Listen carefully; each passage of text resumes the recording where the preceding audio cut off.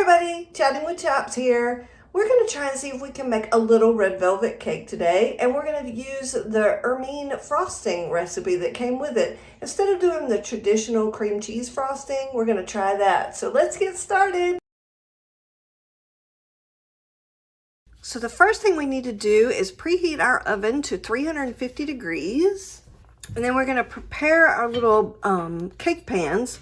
So we have buttered and floured those and got our parchment paper in there. In our medium bowl, we're going to beat our butter, which we have 1/4 cup of butter that's just been softened sitting on the counter.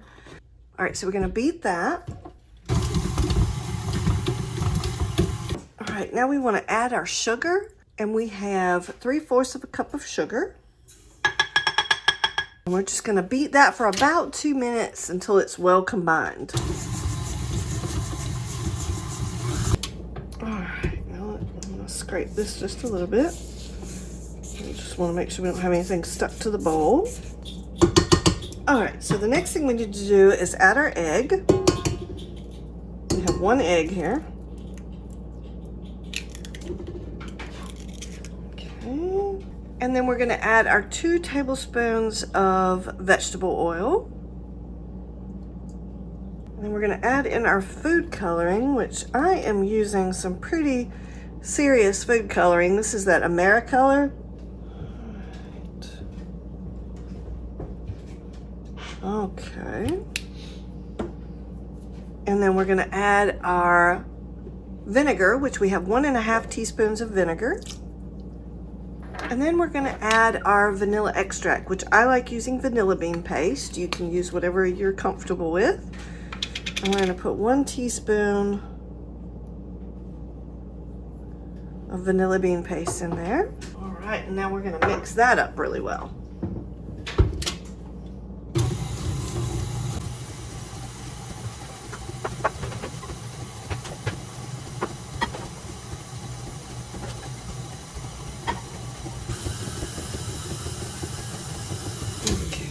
Again, just gonna run the spatula through, make sure we've gotten everything. And yeah, that food coloring looks pretty severe at the moment just because we haven't added our flour mixture. So there's not a lot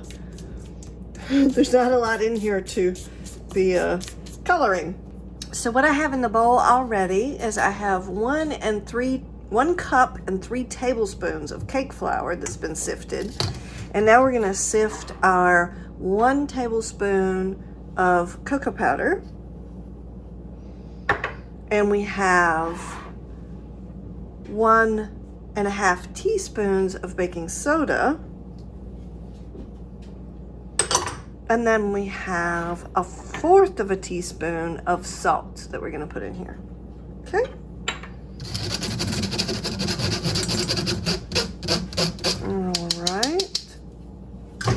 And I'm just going to stir this in just so that all of it is nice and mixed in together as well. Okay, so what the recipe is recommending that at this point I put half of my flour mixture in with my eggs and food coloring and everything, half of it. So I'm going to pour in half of this. There we go. That looks a little bit more like half. And then we're going to beat that until it's well combined.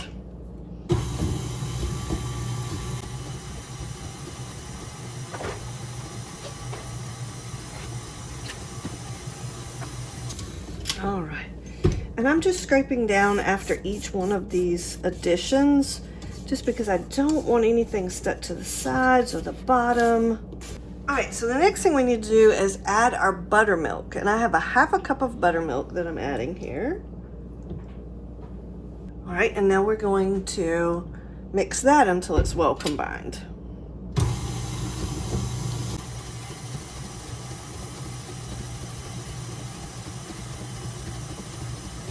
All right, and now we want to put in the rest of our flour mixture.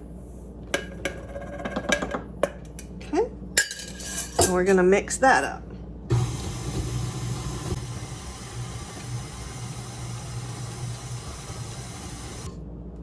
All right. Now what I'm going to do is just stir my bowl really well. Make sure everything's mixed in really well. This is a very red velvet cake. Okay, so now what we want to do is we're going to put half of the mixture in each one of our cake pans.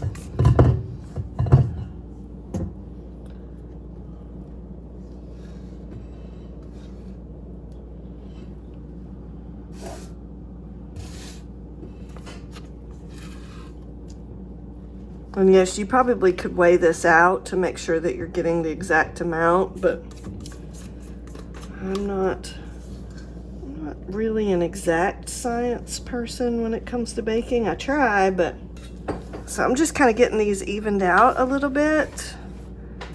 Make sure that they're all touching the sides. So now what I want to do is I'm just going to tap these down a little bit. That kind of helps them level out a little bit as well. So the last thing we want to do is just kind of wipe a little bit of this cake batter that's gotten on the sides. I don't want that to burn. And we're going to put these in the oven at 350 degrees, and we're going to cook these for about 21 to 26 minutes until we get a clean toothpick out of them. All right, let's check and see how our cakes are doing.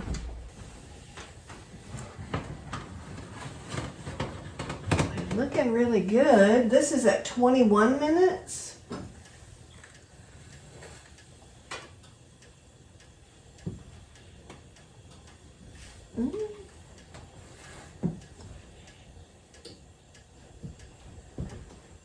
Yeah, that looks great. Okay, we're going to take these out now.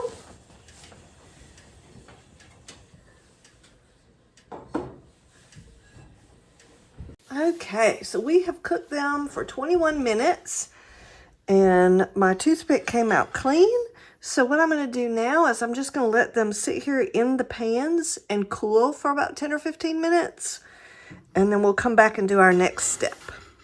All right, so we've let them cool in the pans for about 10 or 15 minutes. Now I'm just going to take a little offset plastic spatula and slide around the edges. I just want to make sure my cake's not stuck. You can use a butter knife if you want to. I'm just trying not to scratch my pans. All right.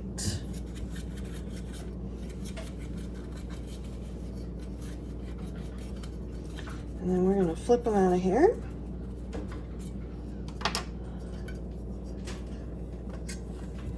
Oh, that did perfect. I'm just taking the parchment paper off, and I'm going to slide that onto my little cooling rack. Oh, they did perfect. That's fantastic.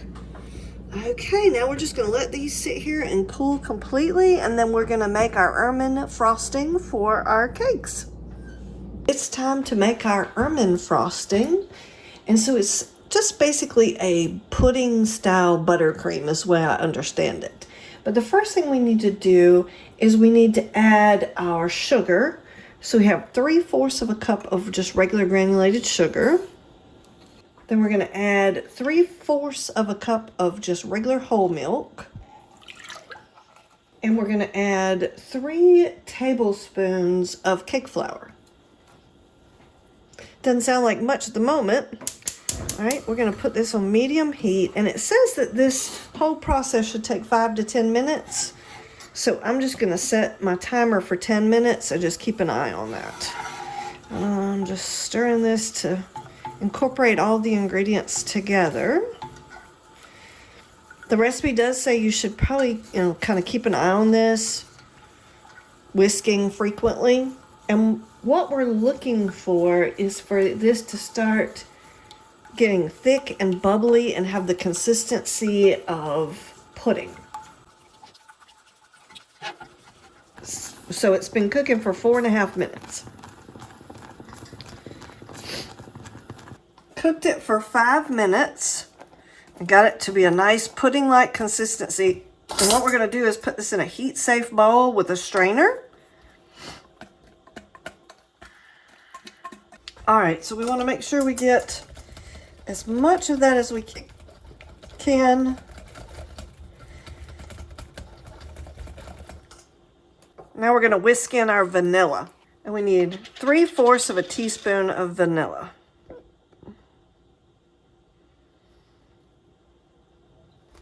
The last thing we need to do is just let this cool on the counter for about 10 minutes, and then we'll have our next step.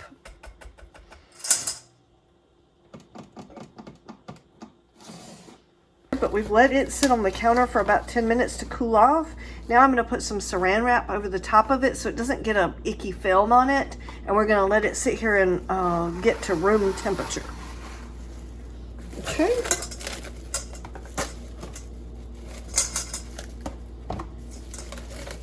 All right. Just going to cover him all up. And I'll bring y'all back once he's at room temperature. So we're ready to make our Ermine frosting. So we have let our milk mixture completely cool at room temperature.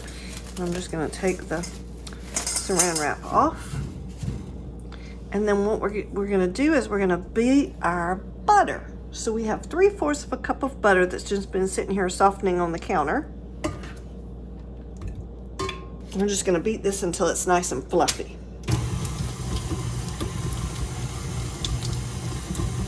Okay, now we're going to start adding our milk mixture, 1 heaping tablespoon at a time. Okay, all right, so now we're just going to check the sides real quick. Check the bottom. Okay, now comes the fun part. So we're going to give this a quick little mix through. Just swirl it and make sure that we're not missing anything. I want this to be a beautiful iced cake. Now, I will admit I am not an expert at icing cakes. I'm not very good at this. That's why I'm trying to do more of them. So, we're going to take, it said to take about 1/3 of the frosting. And go ahead and put it, and I've got several different spatulas and such that I could try, but I'm just going to try and spread this around. You don't want to use too much for the bottom and not have enough for the top, but you also don't want to be stingy. Let's see, I'm going to get just a little bit more so I can try and see if I can do these sides a little bit.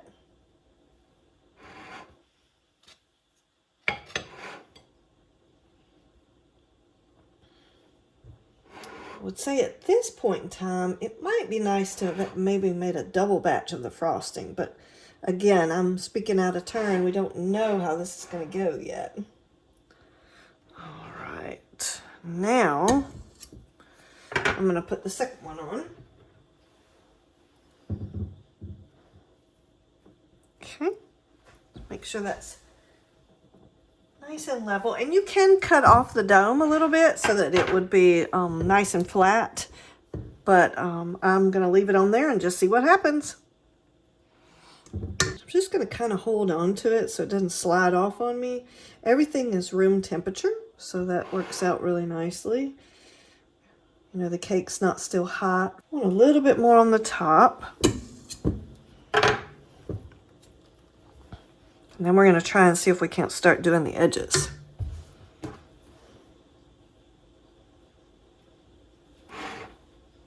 And the little dots that you're seeing in my frosting are the beautiful vanilla beans. The little seeds from the vanilla beans. If you don't like that, then I would recommend using vanilla extract because you're not going to see that. I just prefer the vanilla bean taste. Okay, now let's see if we can start getting a little bit on the sides here.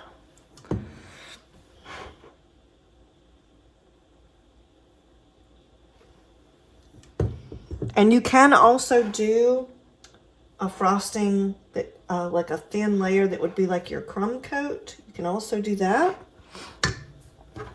Again, I don't make cakes very often, and that was one of my resolutions for this year, was to try and make a few more cakes so I would feel a little bit more confident in what I was doing. So I'm going to bring y'all along with me.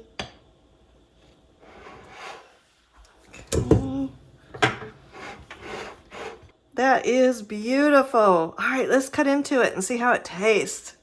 All right.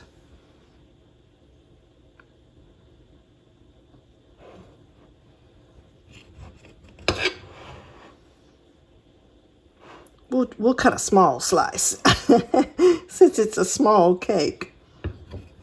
Okay, now I've told y'all before, the first slice is usually pretty hard to get out. So let's see how well I do.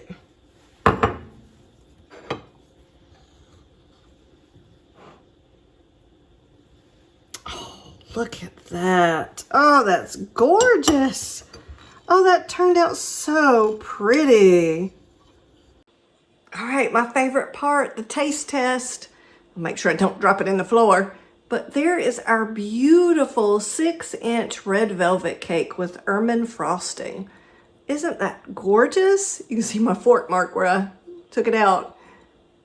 All right, let's see how it tastes.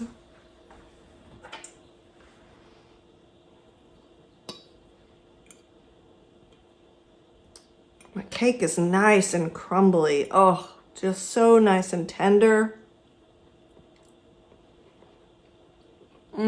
Guys, that's fantastic. I mean, it is just just really nice and rich, not too terribly sweet. That frosting is amazing. I'm definitely gonna have to make that again. It has just like a hint of the buttercream in it, so it's not like you're eating a stick of butter or you're eating a whole bowl of the sugar frosting. I hope you like this video. Please like and subscribe, and I will catch y'all on the next bake.